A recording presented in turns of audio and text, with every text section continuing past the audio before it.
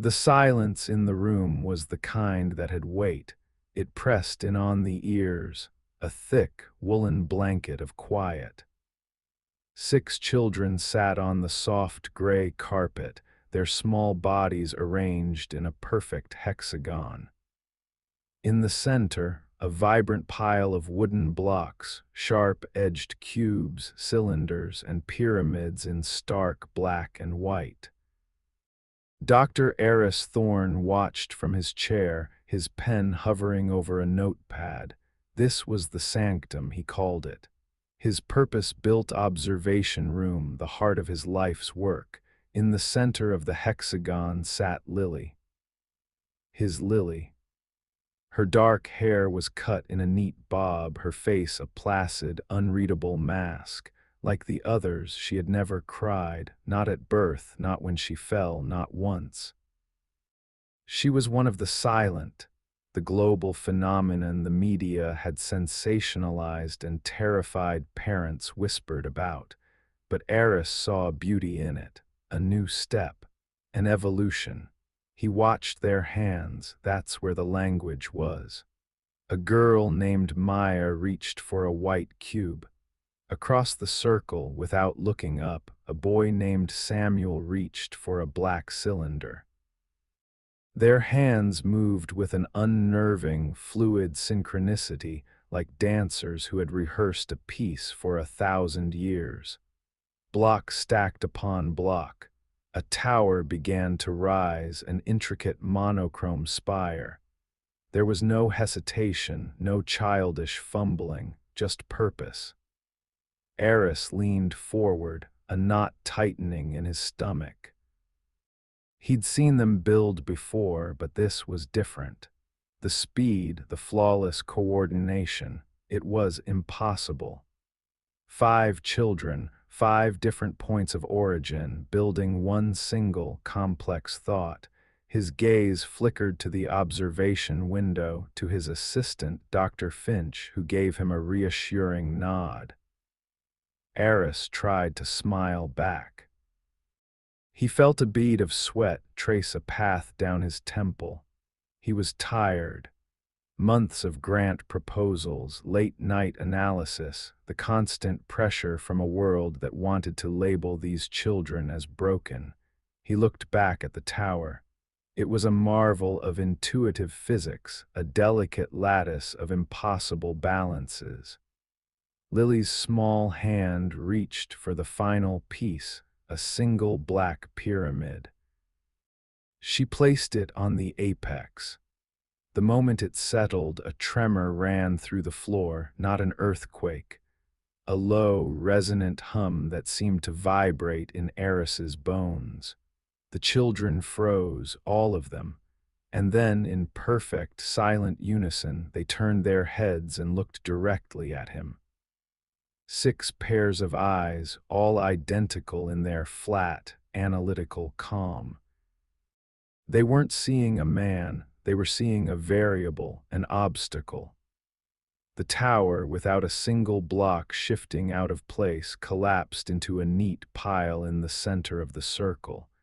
As if it had never existed, the hum stopped. Eris's breath caught in his throat, his pen had fallen from his hand. On the notepad, he hadn't written a single word. "You're seeing ghosts in the data, Eris." Lena's voice was gentle, but it held the familiar edge of weary concern. She stood silhouetted in the doorway of his home office, a mug of tea steaming in her hands. The room was a chaotic mess of monitors, printouts, and half-empty coffee cups. On the main screen, footage from the session played on a loop. "It's not ghosts, Lena." "It's a pattern," Eris murmured, his eyes glued to the screen. He rewound the video again. "Look, right there," he pointed. Samuel picks up the cylinder at the exact same frame, Maya's fingers close around the cube. Their velocity is identical. Their acceleration is identical. They're 40 feet apart with their backs to each other. It's not possible. Lena sighed, stepping into the room and placing the tea on his desk. They're gifted children. They're attuned to each other. You've said it yourself. Attuned is one thing, he said, his voice rising with a frantic energy. This is a symphony conducted by a ghost. Every night I run the spatial analysis, and the result is the same. Their constructions defy probability. They're building structures with a fractal complexity that would require a supercomputer to design. And the moment an unobserved variable is introduced, me looking away, a janitor walking past the door, the structure dematerializes. It's quantum almost. An observation collapses the wave function. He sounded unhinged. He knew it. Lena touched his shoulder. Maybe you need a break. We haven't had a family dinner in a week. Lily misses you. The name was a needle to his heart. He looked past the monitors to a framed photo on his desk. Him, Lena, and a 5-year-old Lily on a beach. Lily wasn't smiling. She never smiled. She was just watching, observing the waves with the same placid intensity she observed everything else. She doesn't miss me, Eris said, the words tasting like ash. She doesn't feel miss. She registers my absence. It's a data point to her. Don't say that, Lena whispered, her hand tightening on his shoulder. She loves you. Eris finally turned from the screen to look at his wife. He saw the pain in her eyes, the desperate need to believe in the fairy tale that their daughter was just different. He used to share that belief. Now it was a luxury he could no longer afford. Later that night, unable to sleep, he crept to Lily's room. The door was ajar. Moonlight streamed in, painting the room in silver and shadow. She was supposed to be asleep, but she was sitting on the floor, surrounded by her own set of black and white blocks. She was building. He watched, hidden in the darkness of the hallway. Her hands moved with that same impossible, fluid grace. She was building a replica. A perfect miniature replica of the observation room at the Institute. The chairs, the camera mounts, the one-way mirror. And in the center of the replica she placed a single, solitary cylinder, a stand-in for the tower. Then her small hands built a tiny figure, a man sitting in a chair, watching. She paused, her work complete. She reached out a delicate finger and gently, deliberately, pushed the tiny man over. The obsession took root. Eris began digging, not into the future of these children, but into the past. He spent his nights trawling digitized archives, medical journals from the 19th century, forgotten folklore collections. He was looking for echoes. The first clue came from a leather-bound book of European medical oddities, published in 1888. A chapter on a small, isolated village in the Alps that had been decimated by the sweating sickness. A footnote, written by the attending physician, mentioned a strange local legend. The still weege, he called it, the silent cradle. According to the legend, in times of great plague or famine, a handful of infants would be born without a voice. They would not cry from hunger or pain. They were seen as omens, changelings left by forest spirits. The physician dismissed it as rural superstition, a coping mechanism for unspeakable grief. Eris felt a cold thrill, a forgotten pattern, history rhyming. The second clue was more concrete and far more terrifying. He pulled strings, cashed in favors, and got a research grant for a non-invasive neural scan on Lily. He told the board it was to map their unique cognitive pathways. He lied. He was looking for the ghost in the machine. The results came back and they made no sense. As expected, her Broca's and Wernicke's areas, the brain's language centers, were almost completely dark. But another region, a deep, primitive part of the prefrontal cortex that neuroscientists had long dismissed as evolutionary junk, was blazing with activity. The patterns were chaotic, nonsensical at first. But when his software team applied a quantum algorithm to the data, the chaos resolved into a terrifyingly clear picture. The neural firings weren't random. They mirrored the equations for quantum entanglement. It was as if a particle in Lily's brain was instantaneously communicating with another particle somewhere else, unbound by space or time. He felt like a man staring at a map of a new continent, written in a language no one had ever seen. The third clue came from the blocks themselves. On a whim, he had one of them analyzed. He'd always assumed they were simple painted wood. The lab report came back with a surprise. They were carved from a rare type of ironwood, but the core of each block contained trace amounts of meteoritic iron and rare earth magnets, arranged in a crystalline lattice. They weren't just toys. They hummed with a subtle, latent energy. They were tools, antennas, foreshadowing, omens. The world was screaming a warning at him, but he couldn't yet piece the words together. He felt a surge of manic excitement. He was on the edge of a precipice, about to uncover the greatest secret in human history. He had it. The answer was so simple, so elegant.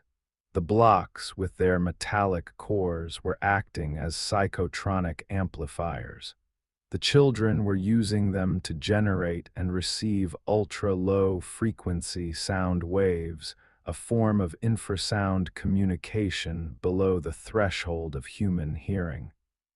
It explained everything. The synchronicity, the impossible coordination. They weren't telepathic, they were biological radios. Hope, fierce and brilliant, flared in his chest. This was it, a breakthrough that would change the world. He would be the man who gave the silent their voice. He would finally understand his daughter. Working in a feverish haze, he constructed a receiver. A custom-built parabolic dish wired to an oscilloscope and a powerful audio converter designed to capture these phantom frequencies and translate them into audible sound. He felt like a god forging a new sun. He installed the device secretly in the sanctum, hiding the dish behind an acoustic panel. He told no one, not even Finch. This discovery was his alone. The next day, he brought Lily in for a private session, just the two of them. "We're just going to play today, sweetheart," he said, his voice trembling with anticipation. He knelt and poured the blocks onto the carpet. He sat in his chair, discreetly activating the receiver with a remote in his pocket.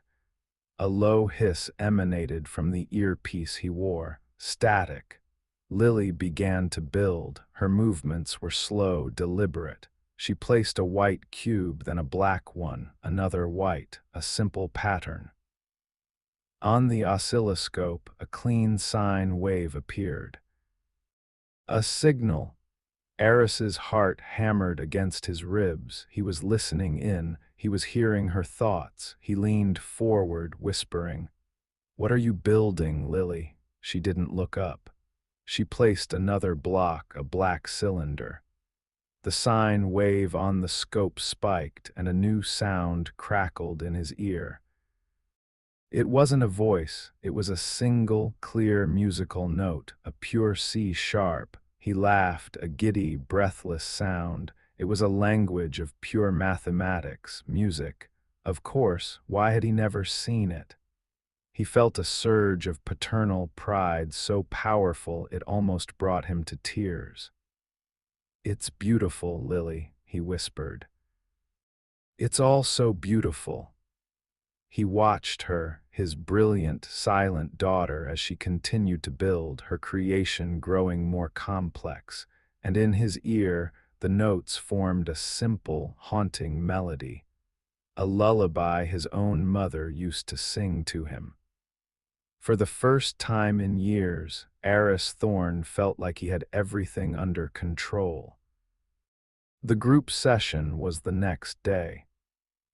Eris walked into the sanctum with the confident stride of a man who had stared into the abyss and seen his own reflection smiling back. The receiver was active, the hidden earpiece nestled in his ear, ready to translate the silent symphony. The 6 children took their places. The building began, but today there was no melody.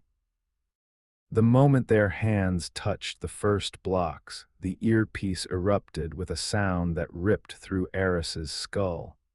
It was pure, weaponized white noise. A tidal wave of static so loud and so violent he tore the device from his ear, crying out in pain. The oscilloscope connected to his monitor was a frantic, screaming green line. On the floor, the children stopped. Every single one. The building ceased. The fluid motion was gone. In its place was an absolute, unnatural stillness. Then, as if a single switch had been flipped in a single mind, they all turned their heads. The motion was perfectly synchronized, a mechanical rotation of 6 small necks. They stared at him. The look was different now. The placid observation was gone. In its place was something new. Something cold and ancient and utterly alien. It was the look of a scientist whose experiment has just become self-aware. They knew he was listening. His blood ran cold. He stammered, trying to regain control. It's okay, let's just take a break." No one moved, they just watched him, pinned him to his chair with the weight of their silent, unified gaze. That night the house felt wrong. The familiar silence was now oppressive, malevolent. Lena was at her sister's for the night, leaving him alone with Lily. He tried to work, but the memory of those 6 pairs of eyes was burned into his mind. He heard a soft, scraping sound from the living room. He walked out of his office, his heart a frantic drum. Lily was on the floor, surrounded by her blocks. She was building something by the pale blue light of the television. Eris froze in the doorway. She was building a perfect replica of his parabolic dish, the receiver, the one she had never seen. He felt the air leave his lungs. He couldn't breathe. She worked with a terrifying precision, her small fingers arranging the blocks into the dish, the amplifier, the power source. When she was done, she looked up, her eyes finding his in the dim light. There was no emotion on her face. Nothing. She reached for one final block, a single black cube. She held it for a moment, her gaze locked with his. Then, slowly, she placed it on top of her creation, right where the central transmitter would be. The instant the block touched the structure, every light in the house blew out. The television screen exploded in a shower of sparks. From his office down the hall, he heard the sound of his expensive equipment frying, the overloaded capacitors popping like firecrackers. The house was plunged into absolute darkness and a silence that was no longer empty but full. It was full of her, full of them. And in the dark, Eris Thorne finally understood that he was not the scientist. He was the specimen under the microscope. Panic, pure, unadulterated panic. It was a feral animal clawing its way up his throat. He fumbled for his phone, its light cutting a trembling beam through the darkness. He found Lily, a small, still silhouette in the gloom. "Lily, what did you do? Please, just give me a sign, anything." His voice was a ragged plea. She did not move.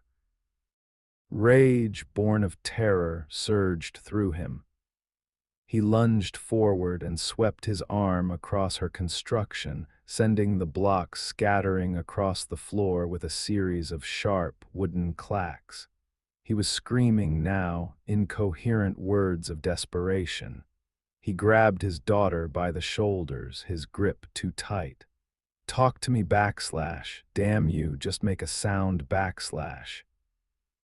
Her head lolled in his grip. Her eyes were empty windows into a silent, vacant house. There was nothing there, no fear, no anger, no Lily. He let go, stumbling backward, horrified by his own violence. He ran. He locked himself in his office, barricading the door with a bookshelf. His mind was a maelstrom. The infrasound theory was a joke. A child's fantasy. This was something else. He sat at his dark desk, the only light from his laptop screen.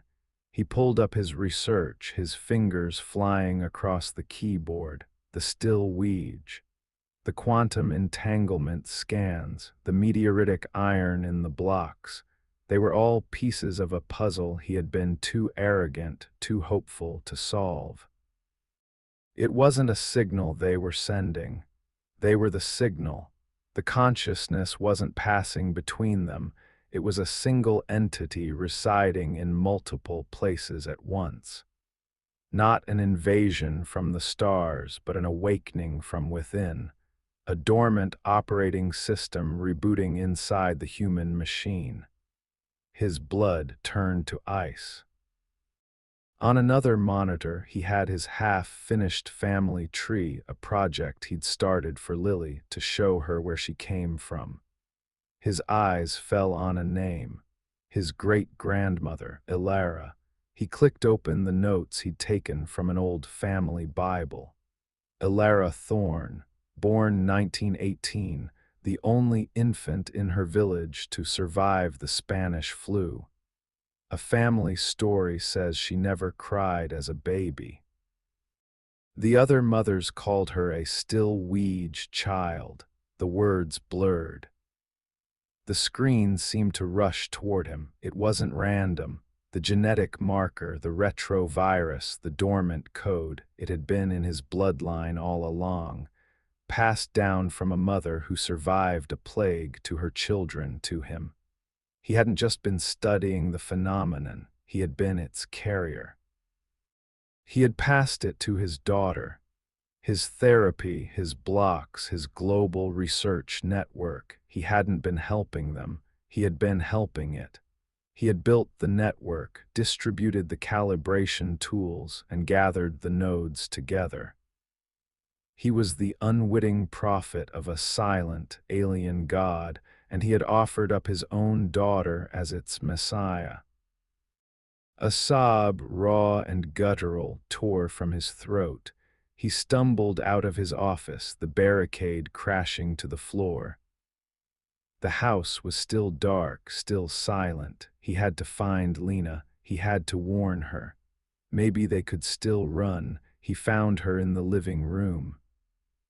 The emergency lights from the street cast long, eerie shadows. She was sitting on the sofa, perfectly still. In her hand, she held a single black cube. "Lena," he whispered. She turned her head slowly, the movement unnervingly smooth. Her face was calm, her eyes serene and empty. All the worry, all the love, all the fear he cherished in her was gone. It had been scrubbed clean. "They're so quiet now, Eris," she said. Her voice was a monotone devoid of inflection. "It's peaceful." He saw it then. It wasn't an activation that was coming. It was a slow, silent overwrite. A conversion. The consciousness wasn't killing its hosts. It was subsuming them, absorbing them, quieting the messy, chaotic noise of human emotion. His wife wasn't gone. She had been integrated. He backed away, his hand covering his mouth to stifle a scream. Lily stood in the hallway doorway. She wasn't a child anymore. She was a conduit, an instrument of something vast and ancient. She raised her hand, not in a wave or a threat. Her 5 fingers were splayed, a gesture he had seen dozens of times in the session videos, a gesture he had dismissed as a common motor tic among the silent. It wasn't a tic, it was a command. He felt it in his own mind, a sudden, profound stillness. The raging storm of his terror, his grief, his love for the woman on the sofa and the thing in the hall, it just stopped. The frantic noise of his soul was muted. A deep, cold calm washed over him, extinguishing the fires of his identity one by one. It felt like peace. It felt like relief. It felt like surrender. The world is quiet now. Eris sits on the floor. The carpet is soft. Lena is beside him and Lily is across from him. The blocks are between them. Other families are here too. They sit in neat rows in his living room, their faces as serene as his own. There is no need for furniture anymore. His hands move. They are his hands, but the intention comes from somewhere else. Somewhere vast and calm. He picks up a white cylinder. Lena, without looking, picks up a black pyramid. Their hands move together, a flawless, unspoken dance. They are not building towers anymore. They are building something new. Intricate, crystalline lattices that seem to bend the light to warp the very fabric of the room. The patterns are alien, beautiful, and full of a purpose he can now feel but not comprehend. He catches his reflection in the dark glass of the shattered television screen. His face is smooth, unlined by worry. His eyes are calm, they are watchful. They are the same eyes as his daughter's, the same eyes as everyone else's. The man named Eris Thorne is a fading echo in this quiet, peaceful place. His hand reaches for another block. It moves with a grace and precision that is not his own. The camera of the mind pulls back, from his house to the next house and the next, all down the street, all across the city, all across the world. In millions of homes, families sit on the floor. They are quiet, they are peaceful, and in perfect, horrifying unison, they are all building the exact same thing.